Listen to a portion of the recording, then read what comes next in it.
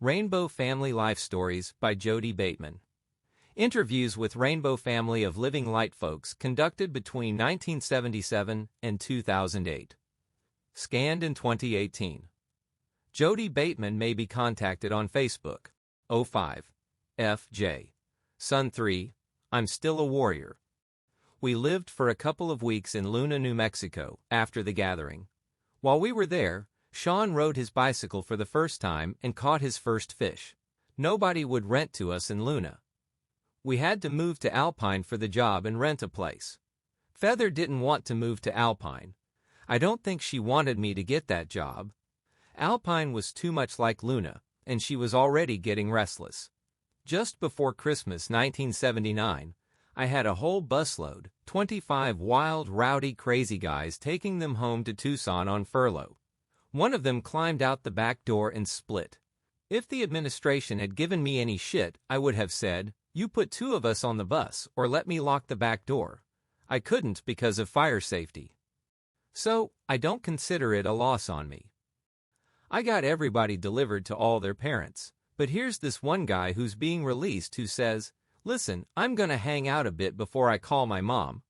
So I took him to a restaurant and bought him lunch. So his mom came, picked him up, picked me up too. I smoked pot with the kid outside the house. We ate Christmas cookies and drank brandy. I washed dishes for his mom. There was a mutual attraction. I stayed the night. It wasn't an affair, but it could have been. When I had kids on the van, it looked real official, red lights, antennas. I had 4 radios. I could talk to any cop in the world. I'd walk the kids through stores for a Coke or ask them to help wash the van. These guys were blown away. Some of them hadn't been able to walk free for 2 or 3 years. They were too blown away to escape. It's like when you're doing acid, you're too busy to steal anything. One time I had dropped everybody off for a furlough. I had been partying. I got out of the van with my long hair. This middle-aged dude could see my long hair, and he could see Department of Corrections on the van. He said, "What are you doing transporting prisoners? You ever have to get rough with them? Are you a black belt?" It felt like he really wanted that kind of power over people, and he fantasized about it. It was hard for me at the reform school, because so often the kids were sent back to the same problems when they got out, like somebody on the block gunning for them. I realized that I still wasn't working on the real problems of society, dig? When some kids had broken out in 1978 and killed somebody at that time, the guy who was director of juvenile for the whole state got kicked up to chief of corrections, adult and juvenile.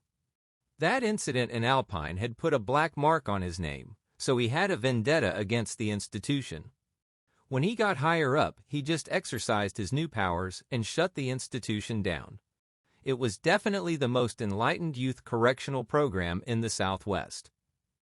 A lot of individuals wanted to help the kids, but a bureaucracy like that is interested only in self-perpetuation. Given all the rules that we had to follow, and the lack of funding, and the fact we didn't have enough people and enough time, it was very frustrating. For one of the few times in my life, that job put me in touch with the inner city ghetto. There had been one black person in my high school, and it was like a 2,000 student body. I gained so much compassion at the reform school job for the Chicano people, if nothing else. The program closed March 10, 1980.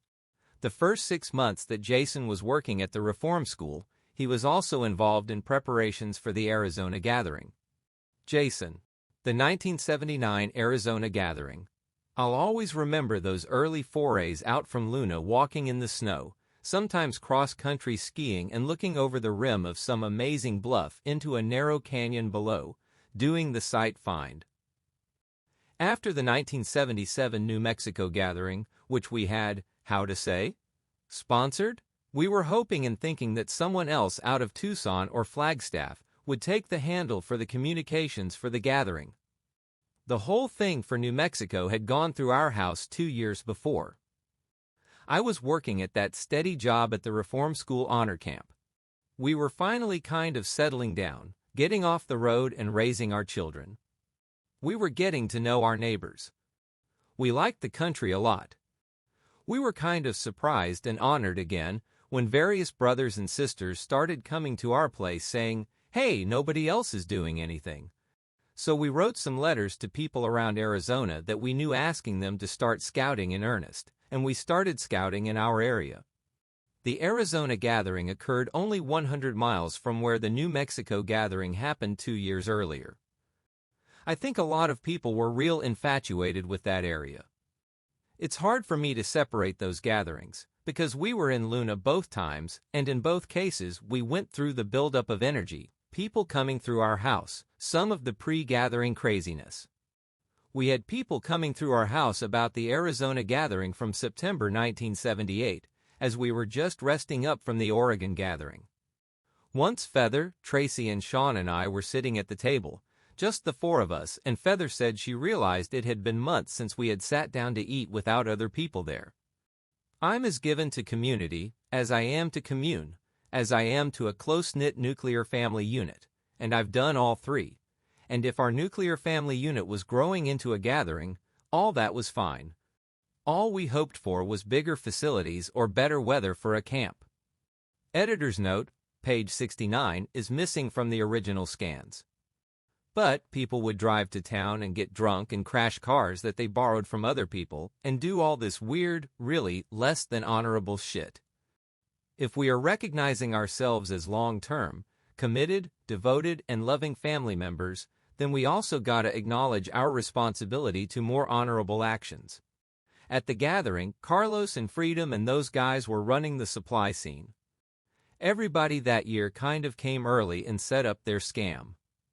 Carlos made himself supply guy, and he and Mario and all those guys, they're the only ones in camp that got jelly beans, they're the only ones in camp that got peanut butter. They're the only ones in camp that got good dope all the time. You know, that's telling you something. When it rains, they don't get wet. And they come with nothing to the gathering, so hey, where did all that shit come from? They're high grading. And they always got gas in their private vehicles, not the town-run gathering supply. Like, come on guys. Said, Jaysun, you got a bus. You found the site. You know all the law enforcement. You know all the press, and you know most of the local ranchers and farmers. You live here? You've worked here for years. Get your bus, bro.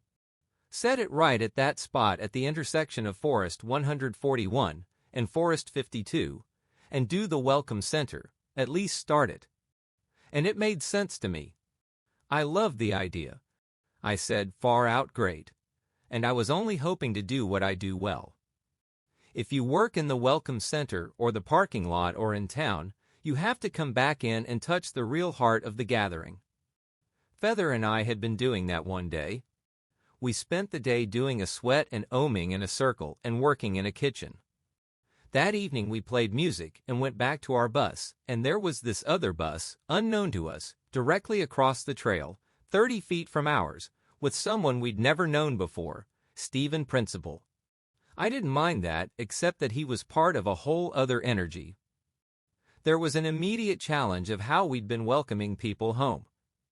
We had been doing welcome home, brother and sister, and he was asking for dope and gas money. There were arguments over there occasionally. Again, I emphasize, 30 feet out of our bus when we had the only other bus. There was an animosity between us and Stephen at first. A poached cow was being consumed by people at his bus with great glory and pride. It was like the warriors came back from the hunting expedition and they were happy, they were joyous, they were eating the cow that got rustled, and it was fire and celebration. It was not considered a wrongful act at all, but like the great hunters had succeeded. It was at Stephen's camp in front of his bus. It was sad. It was like such a dichotomy. There's always yin and yang, good and bad and down and in and out. And it was great. Here was what we imagined to be a relatively light and positive and welcoming and nurturing energy in our bus scene, and many people were rotating to our bus, helping with that. And here's this heavy meat and guns and argument, the energy across the path on the other side. Here's the trail, the main entrance to the gathering, and on each side are the two pillars of reality, light and dark. It was not lost on me. Clay was a jewel, bringing us a truck to use for the Arizona gathering, with that cap turned backward on his head. He had a lot of energy to give. He got burnt out, and so did I. There was so much magic at Arizona too, but Arizona ate me up. Arizona consumed me personally, and I think Feather to a degree. I was burnt out, all frazzled and crisp at that gathering, more than I have at any gathering before or since. I think Feather was having aversions to stability, and I was moving toward stability. Then I had an affair.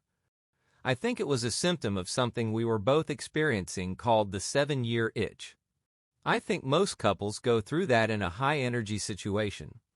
The Arizona gathering kind of turned me around. Next year, 1980, I was committed to getting some land near Pleasanton, New Mexico, the fulfillment of our hippie dream. Feather said, "To hell with that," and went off to the West Virginia gathering while I didn't go. The land deal was about to go through, and someone had to be there in New Mexico to show good faith and do the paperwork. But it is so incredibly energizing to be honored with being part of the gathering. You can get so exposed to so many far-out things, you begin to think that's what life is, and a life at home becomes a very mundane thing. We moved on the land in September 1980, when Feather came back from West Virginia. As a Californian, I felt me and my family were refugees from heaven in New Mexico. We were looking for a home. Squatting, rent-paying, caretaking, we'd done about everything you could do. I'd been a ranch foreman. I'd been a forest worker so I could live in a forest. We had a number of friends in an extremely remote area on the Blue River some miles from Alpine, who worked for the Forest Service, and we got to know them while working with the Forest Service people on the Arizona gathering. We became much closer friends with one of the couples after the gathering while still living in Alpine, and eventually they approached me with an offer to buy land together. This place in Pleasanton, New Mexico, was the first place we looked at. I had hitchhiked there and looked at the place a year, almost to the day, before I met these guys. They invested in the land with us. We would be meeting payments for 10 years. I was thinning trees that fall, 1980. I spent Halloween with Howard Hutchinson, our neighbor, at 9,000 or 10,000 feet in the snow. In the spring of 1981, Jared, Jayson's son by Leah, visited him for the first time. They met at the San Francisco Hot Springs, 2 miles south of Jayson's land. Jaysun: I thought Leah would find someone as soon as we broke up, but my son Jared has been raised without a father figure. Leah raised him well. I hadn't seen Jared since he was 3 months old. There were a couple of letters, a couple of phone calls. Then I heard that he wanted to see me. Feather and I left word that we would be at the hot springs. I was coming out of the hot springs, and there was this young man, a very serious, very adult, like 11 years old. Have you ever looked at your own eyes in a mirror? There was this vibration. Next year, in the summer of 1982, Jared came to see Jaysun and told me these things about himself. Jared: I was born June 16, 1970. My bar mitzvah will be on my 13th birthday. My reading for it will be the one that starts, Judah is a lion's cub. My earliest memory is when I was about 2, when my mom and I lived in Taos on what was called the Rim, where a cliff is like a 70-foot cliff. I used to be real fascinated by the cliff, mostly by the birds. I used to climb down the cliff mostly to watch the birds. My mom, she was real afraid that I would get hurt, so she built a fence to keep me away from the cliff and out of the road. It didn't work. The second day the fence was there, I climbed over it and I climbed down the cliff. I've always been good at climbing, although my mom bitterly complains about it. My mom has always been a psychologist. I know enough about psychology to know what she's doing, but it doesn't bug me. Her dad was murdered when she was 17, and my grandma married a boxer. I think he's a Jew, like my grandma. He's very nice and I like him a lot. My dad is Jay's son. My mom told me a lot about him when I asked, which was all along. She didn't tell me why they split up. We went on a trip once to Warm Springs where they used to live. It was absolutely demolished, bulldozed. My mom says she was pretty sad about it. It was getting to me, having a father that I'd never met. Some of my school friends would make fun of me about not having a father. I didn't care about what they said. That's life. For a while, Jared attended the Taos Learning Center, founded by John Kimmy, a white member of the same Paiute meeting as Phil Coyote. Kimmy also helped set up the Covenant School in Silver City, New Mexico, where Jared's brother Sean went to school for a few months. Jared. In the 4th grade, I went to the Taos Learning Center. It was a good experience. We did a lot of things like adobe huts, construction work planning things. It cost $100 a month. John Kimmy, we didn't exactly call him the principal, we just called him John. He's a friend of my mom's. He's a real nice guy. I think 12 kids lived at the center.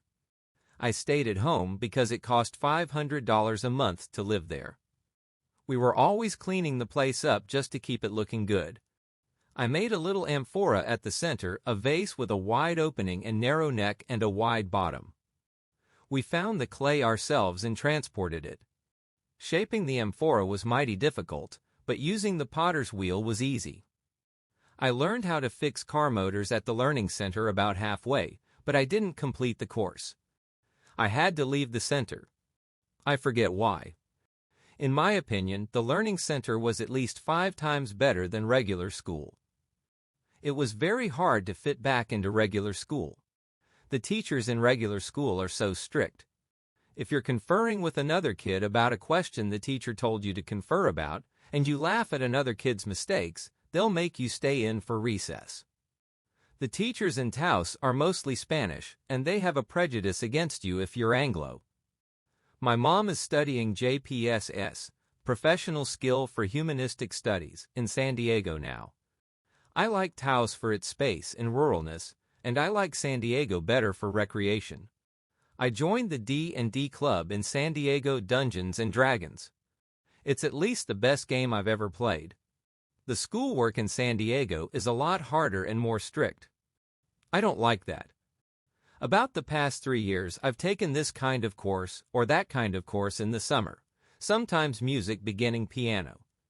I didn't like it, but I can play some stuff.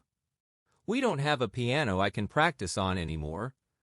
I took Bible, Old and New Testaments at a Presbyterian church because there's no synagogues in Taos.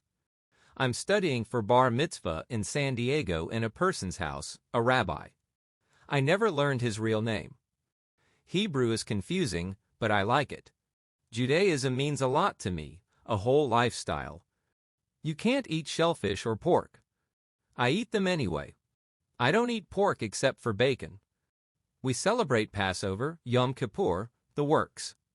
The hardest thing for me at Yom Kippur is not eating breakfast. My mom won't let me play baseball or football. She thinks it's too hazardous. The only sport she will buy equipment for is soccer.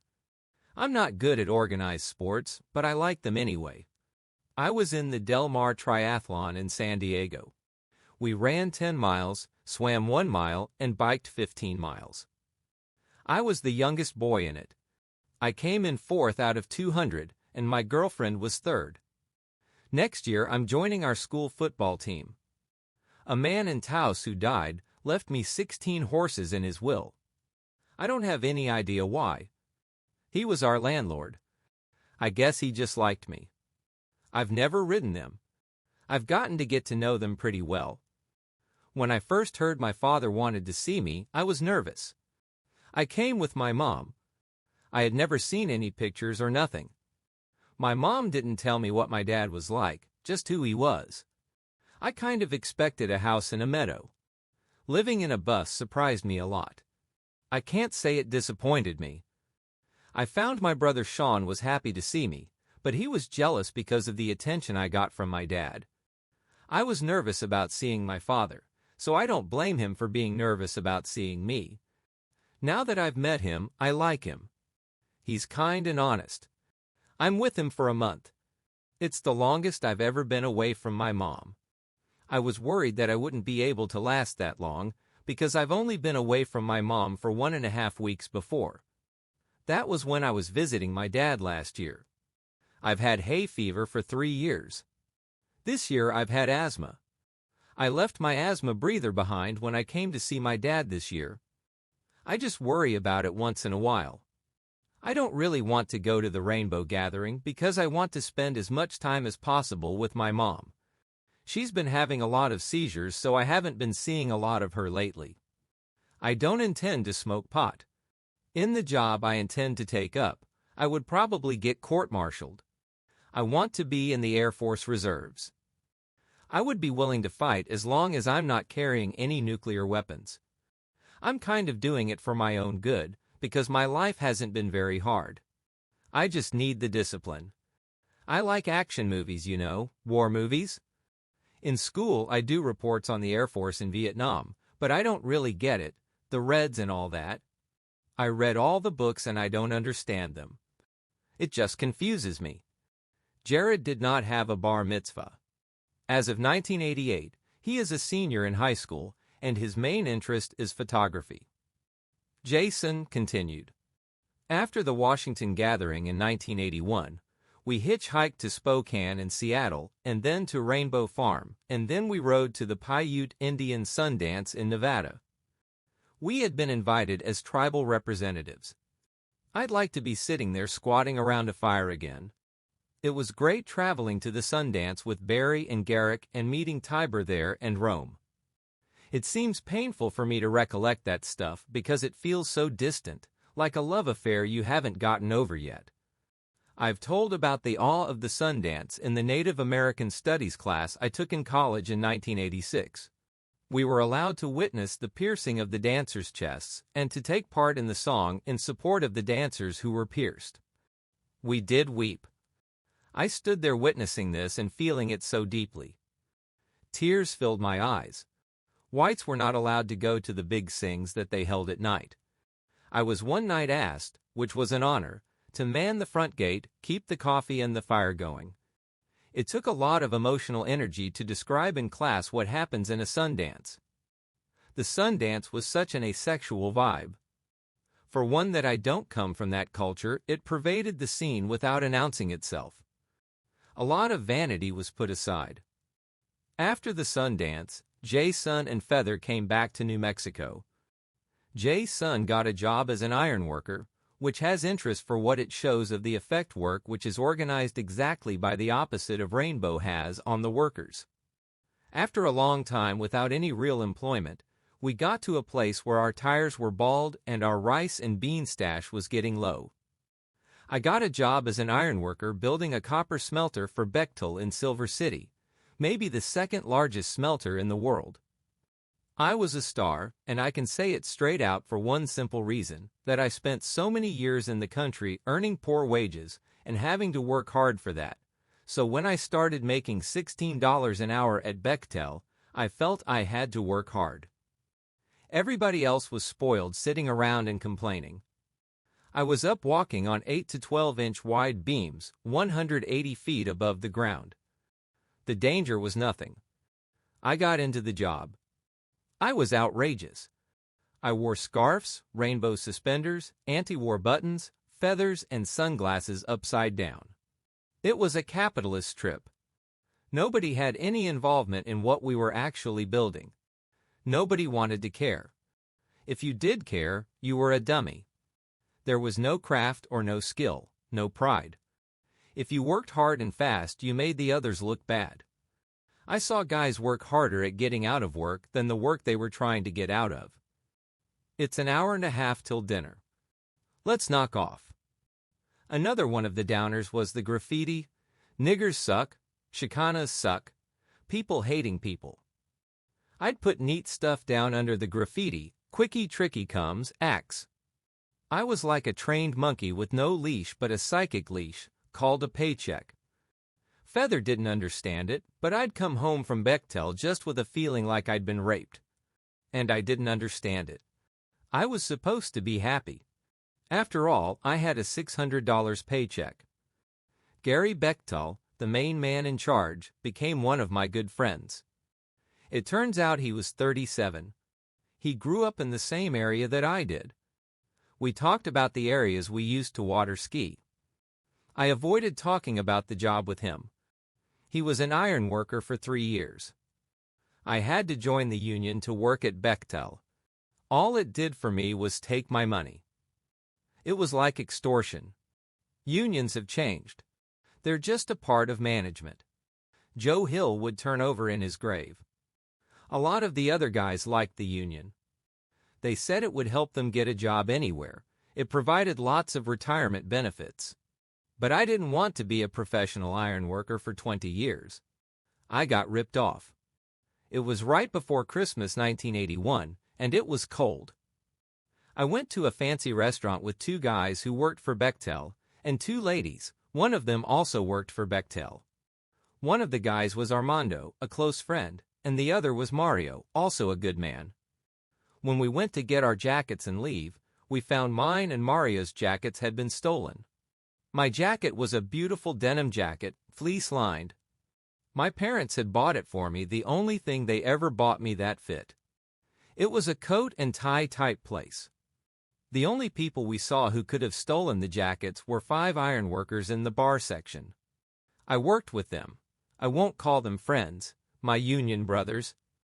We took the ladies home regrettably and went to the motel where these guys lived. Armando and I did like a commando-type raid on their room. We just walked in and started looking for our jackets. There were 3 guys there and they got pissed off and told us to leave. Armando and I both have combat experience, and we adopted this vibration that we were there for good, for keeps, for real, and if they wanted to fight, it would get very serious and we just wanted our jackets. We searched the room and didn't find the jackets, so we went to a local dance hall to look for the other guys. An ironworker friend of mine told me one of them had been there and gone. He told me where he was staying. We went to the place out in the country. Armando opened the door and I stood to one side in case the guy had a .357. We went in. The guy was in bed. We asked for our jackets and he started telling us bullshit and lies. I got really pissed off and threw him against the wall. It's not my nature to do that. He let us have Maro's jacket, but when I asked about mine, he kept saying, "I don't know." Till I believed him. Where was my jacket? We went back to the motel. We found the other guy had a separate room from where the other guys were. We went in and turned on the lights. He was in bed. He told us to get out. Maro flipped him over and did a half Nelson on him. I searched the room and found my jacket. This was one of the guys who was the most hateful about the job, who said, "Bechtel sucks the most." The next day at work was interesting. There were about 10 guys who were friends of those guys watching us, expecting us to have a fight scene in retribution. I was just glad to have my jacket back. I think those guys learned something about grace with power. That job was the first hit of mainstream America I had had since the military. It was a nightmare, the change in the plans that happened before our eyes. They'd hire 60 carpenters, and the next day they'd lay off 30. The next week they'd be laying off 120 electricians. Then they'd be looking for electricians and hire 60 a week later. They built a 7-story deep primary crusher, in which all the ore goes in at ground level and comes out crushed from 7 stories down. When they were building the main concrete structure in the ground, somebody made a decision to change the plans, so when they finally finished it and fired it up on a test, they got 1-foot wide cracks in the 2-foot thick concrete walls. You know what happened? When they got down to the proper depth, they hit water in the rock. So they decided to raise the whole structure 10 feet, put 10 feet of dirt on the top, and fill the hole in 10 feet. But they filled the hole in with the wrong stuff, so it was like building a castle on sand. They had to spend another 6 months repairing it, and who knows how many $1 million. I don't like the copper smelter. The crusher can take other kinds of metal besides copper. James Watts there on the Gila mineral exploration. The truck traffic in southwest New Mexico has doubled. A couple of months after Jaysun and Feather left the 1982 Idaho gathering, they broke up. Jaysun stopped going to the National Rainbow Gathering, although he helped put on a children's gathering in June 1983, near Crestone, Colorado. In the fall of 1983, he stopped buying the land in New Mexico. In 1986, Jaysun started at Sangamon State College in Springfield, Illinois. He dropped out after a semester and got a job guiding tours through Abraham Lincoln's house. These are some of his thoughts in April 1988. Jaysun. It wasn't the external problems of Rainbow that ever bothered me. When we had external problems, I was cool, calm, and capable. That's why I was looked to by my brothers and sisters. But the continuous internal Rainbow family problems slowly broke my heart. But still, I can never forget a Rainbow prayer circle where prayers were actually said for Reagan. And I could dig it, prayers for his sanity, his balance, because he's in that chair and we can't get rid of him, at least for now. When I first got to Springfield, I could discuss Rainbow easily, but now all that's farther away from me. It's painful. I used to be able to do nothing all day and not be wasting time. Oh, I did things, but it wasn't a regular job routine. I run on 4 hours sleep a night, and that's rough when you've got a steady job. I can do that at a gathering, but a gathering gives you energy back. A job gives you money, but not energy. If I hadn't gone through the gathering, I would not have this job guiding tours. The gathering helped me immensely learn to speak in public. I've been to some sweats here in Springfield. I feel there's purpose to what I'm doing here. The only thing I regret is that the purpose here seems more individual and not working for the greater whole. Where are the wild horses? Where are the chainsaws? Where are the sweat lodges and the long nights on the river? That world is getting further and further from me here. I can hardly live here in Illinois. The spirit of the land is not here. It's all cultivated. Maybe the spirit is here, but I'm not of it. Jaysun and his girlfriend Gina and his son Sean went to the 1989 gathering in Nevada. The year before, the gathering site in Texas was crisscrossed by a network of dirt roads, so there was a lot of police harassment at the Texas gathering. These are his comments in September 1989. Jaysun. My first reaction was that after the Texas gathering that people had decided to pick a spot that was so remote that the cops wouldn't even try to ride in on horseback. We got to the Nevada gathering on the night of July 6th. We were on that dreadful road 3 miles from the parking lot, and a guy passed us going out in a van with teepee poles on the back. He reached his hand out of his van window and I reached mine out and touched his hand, and I could feel how the gathering had been. It was like passing the torch on. I yelled Yahoo! We got to the parking lot, and I removed a few stones so I could park the car. Then Sean started to laugh and said, "Welcome home," and I saw somebody squatting and taking a shit in the parking lot.